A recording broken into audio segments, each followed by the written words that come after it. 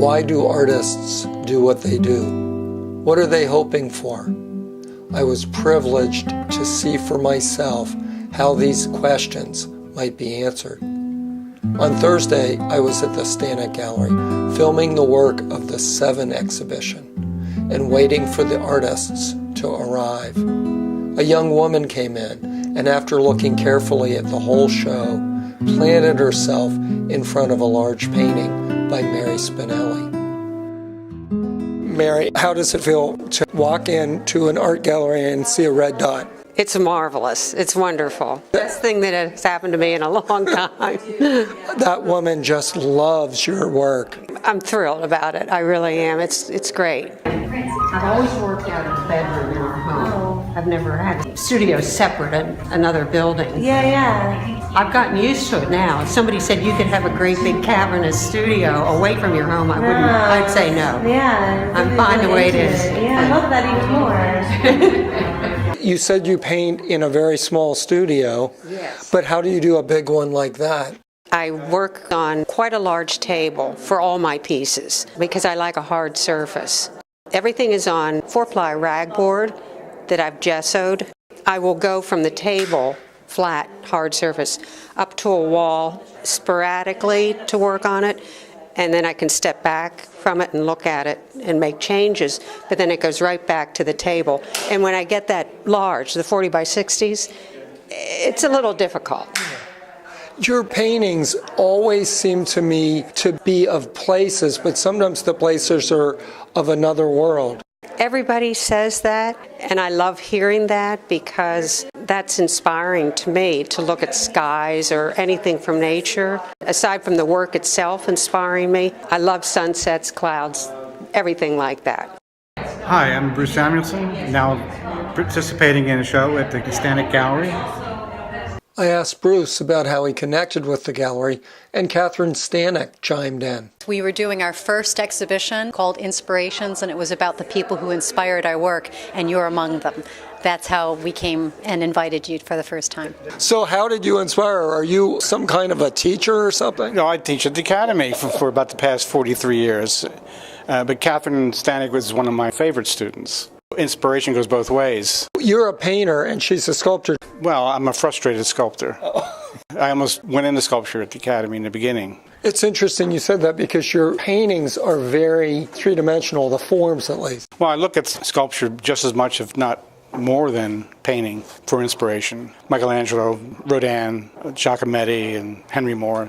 The way the forms in your paintings meld into each other, they're very atmospheric. How did you develop that style? I was a student at the Academy and couldn't see the model. Out of frustration, I found a corner of one of the other studios where no one was and invented my own figure. And I presented that for a crit to my mentor, Hobson Pittman, and he sort of freaked out on it and inspired me to continue investigating through my imagination.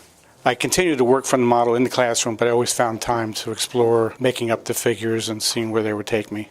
And yet there are references to pretty accurate anatomy in your paintings. Well, for years, I always drew quite heavily from the model. For pleasure, the answers are always in front of me, but it built my vocabulary. But I began not using any of those drawings for the work itself. It was just to build a reservoir of information. I might be inspired by a work of art, but usually I work pretty much out of chaos. I begin really with a mess until it suggests something to me. And you live in Bethlehem. Were you born in a manger? Yes, I was. Dan Miller refers to me as the Star of Bethlehem.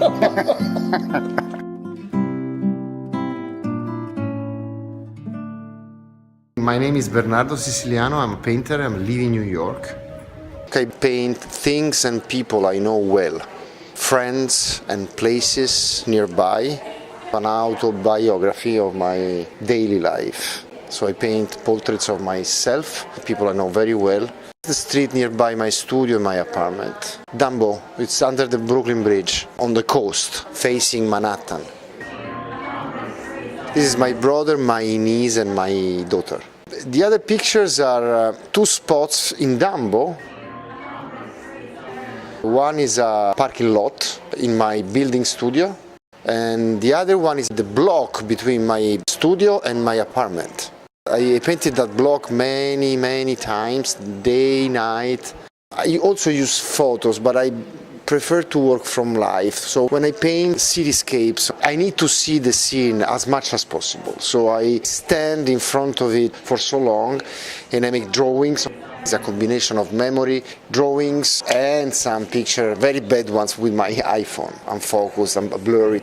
Pastel, oil, what are they? Mixed media. It's 90% oil, and then there are some wax pastels, some pencils. Yeah, that's it. Do you prefer New York to Rome? I came here 20 years ago, so it's not about choosing, it's just I live here. I was living in Rome, for sure I was painting Rome. But Rome is difficult to paint. It's full of curves. The beauty of New York and American cities is that everything is like square and very geometrical. That turns me on for paintings, for images, very much. You seem to like to paint stuff that's not picturesque. I would like to avoid postcards, feelings. So if I go to Rome, I'm not going to paint the Colosseum. Same thing here. I'm not going to paint the Empire State Building. So I prefer to paint things that are really related with my intimacy. There were two artists in the show whose words I did not get to record. Francis DiFronzo was at his home in California. His paintings of structures in strange and empty spaces are beautiful, mysterious, and painstakingly crafted. He combines different media. His large ones are often oil over watercolor and gouache on panel. Though intensely realistic looking, there is something almost dreamlike about his vision. We see a train seemingly halted in the middle of nowhere, and then there are two pictures where the subject is immersed in black. There's a humble shanty in blue. What is its function? Have its people long gone? And a boat stuck in black water, reflecting itself into a deeper enigma.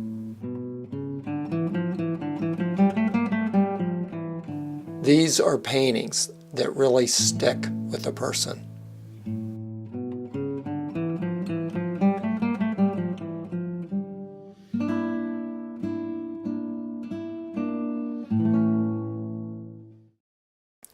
One artist would talk to me, but not on film.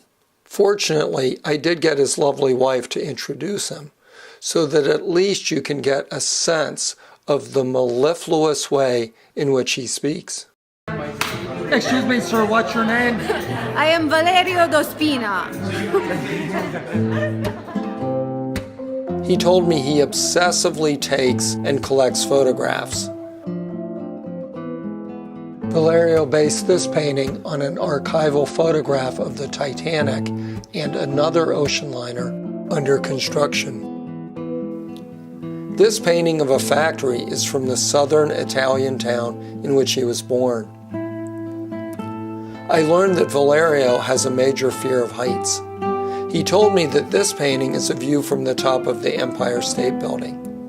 He gets friends to surround him up there and take photos for him. He said he'd be afraid that sticking his arms straight out with a camera, they might fall off and hit someone on the ground. His tonal paintings of New York and other urban areas are alive with dynamism. I love the energy and movement in his art.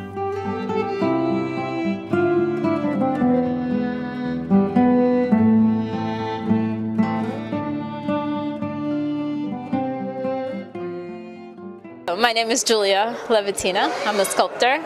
I'm very proud to say that I managed to put a couple of new works in, as well as an addition of a work cast in something called cast stone. Typically I'm a bronze caster, but I'm currently working a very large commission for Georgetown University that's taken up most of my time. But I want to experiment with this material that looks like terracotta. And I love terracotta, how warm it is, how it speaks to tradition, However, it's very fragile. I found this material called cast stone. It has a terracotta pigment mixed in it. I picked it mainly for its color, and then I really like the idea of having terracotta looking piece. I'm going to have more pieces in that material for as long as I can stretch it out because it's no longer made. What draws you to the human figure? That seems to be your main subject.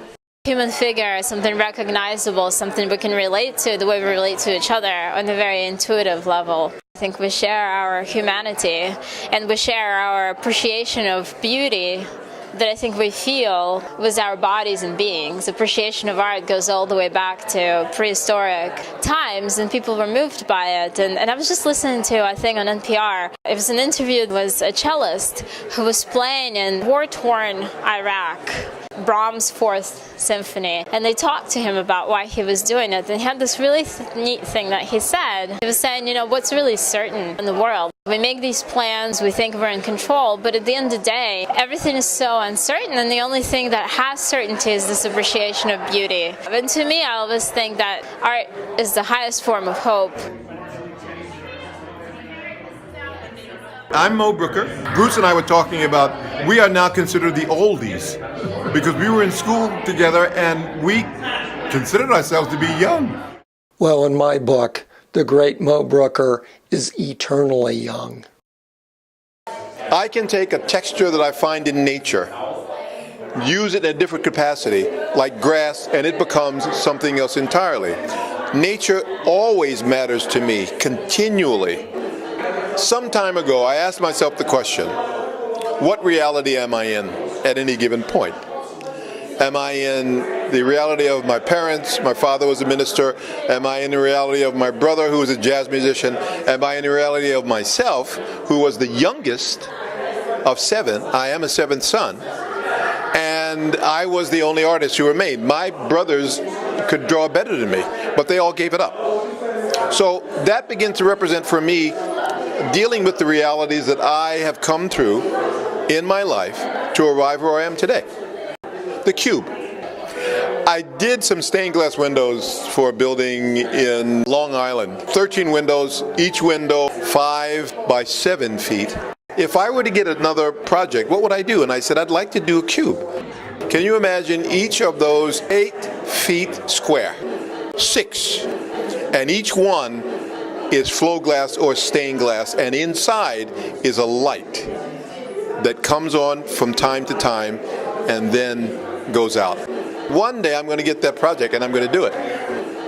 I draw my hands all the time because I want the sense of the spiritualness that art is about. One of the reasons I find difficulty with art today, there's no spiritual sense. I don't mean church. There's a spiritual human sense. And when artists speak to that, they speak to people. He's right. Art spiritually connects us to our past, our dreams, what we most love. It connects us to the beauty that Julia's cellist gives to the suffering, to nature, and the power of imagination. The places we live, or remember, or dream of. The woman who bought your painting was talking so emotionally about her childhood memories of this place in Virginia, I think it was, that her grandparents lived, and the sunsets there, and how it evoked that so perfectly in her mind. And it was very strong.